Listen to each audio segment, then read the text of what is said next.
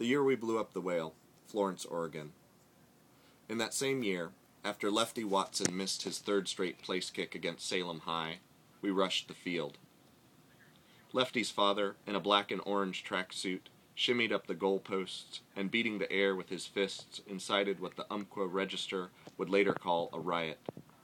But the Salem team walked off the field unharmed, if a bit confused, as we stayed behind to rip out every inch of turf. In that same year, when the single-vessel fleet of the Devil Ray Fishing Company returned with an empty hold, the owner took a 5-pound sledge to the keel and let the ship sink.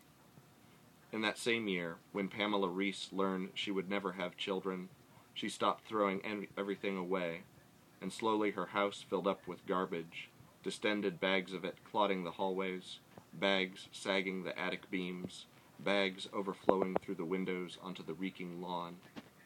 In that same year, when Ambrose Hecklin's only son was run over by a pickup truck, Ambrose drove all the way to Lincoln City, walked up to the first car salesman he could find, and shot him in the face.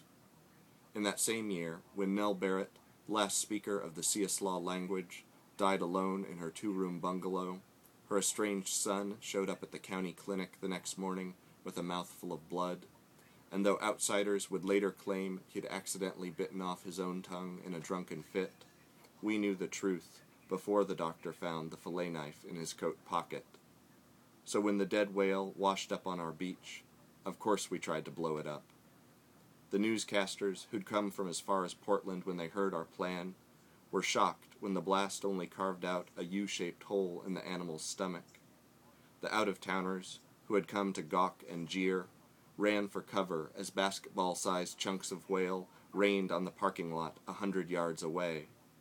But we were not in the least bit shaken.